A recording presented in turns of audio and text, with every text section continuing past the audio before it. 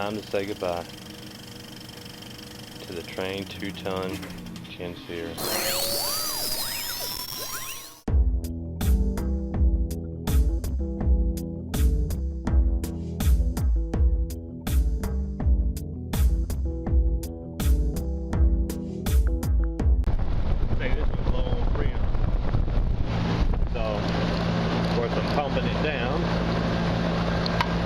About getting rid of the refrigerant when we get it to the scrap pile.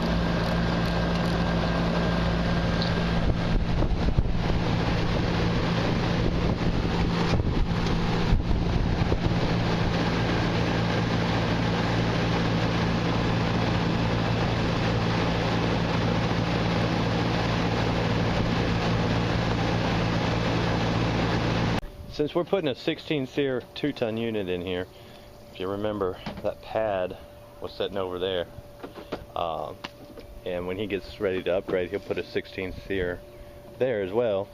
So we've actually moved that pad over a little bit, and as you see, you know, we've set blocks under it here, back there, and then there's one back there in the back. In the front we didn't need to do anything, but over there in my truck, the neighbor was nice enough to let us park in their driveway so we could just truck it. We're here. And there you go. Now we're gonna go get that big old unit, bring it over here, take that little bitty miniature thing and throw it in the truck. We can almost carry it. Well, there she is. I'm getting rid of the furnace, getting rid of the coil, got me some Powerade up here.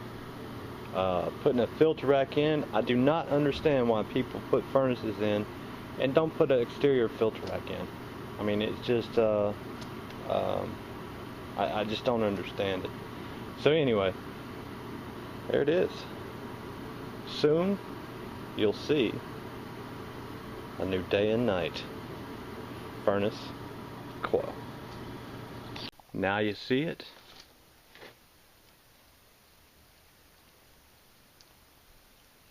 And now you don't.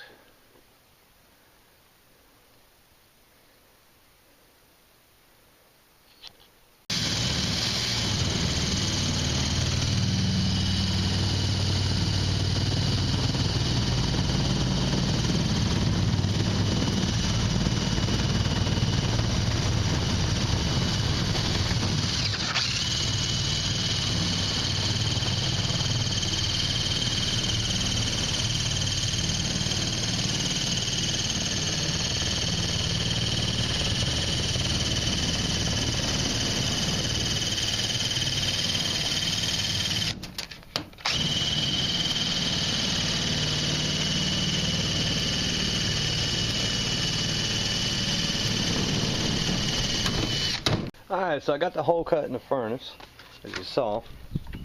But usually what you would do is if you see that little indentation there, that little knockout, what you would do is you would bring your line all the way to here, just like I drew that line right there.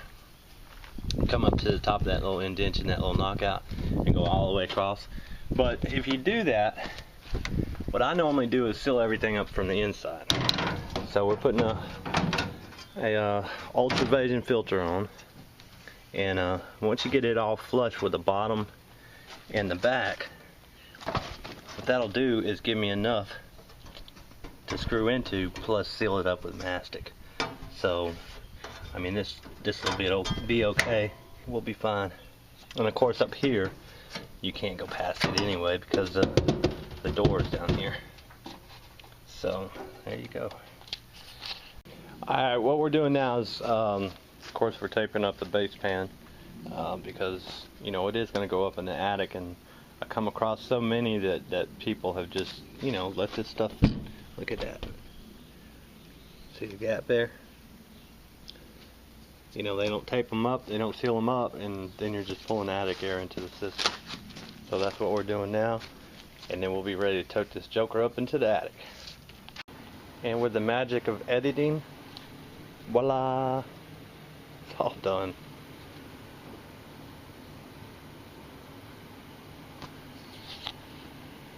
Alright, so there it is, in all its glory running. And if you look real close, you'll see the carrier oval. Now, homeowner said, hey, I don't mind having day and night, but if I ever sell the house, can you put a carrier label on it? I said, hey, I'll do whatever you want to. So there you go. Had it in my scrap pile actually. So no harm, no foul. It went from being trash to being useful. But anyway, there you go. Alright, look. Remember these little oxygen or acetylene knobs I told everybody about? I'll tell you what. They do a great job. Only you can't tighten them down enough, and that sounds strange.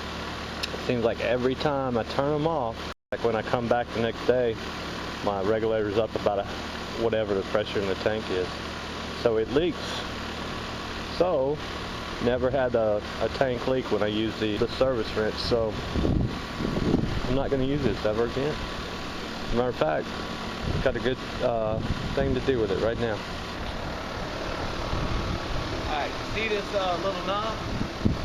If you bought the knob because I showed it to you, I really am sorry. So here's what I'm going to do with my knob. Ready?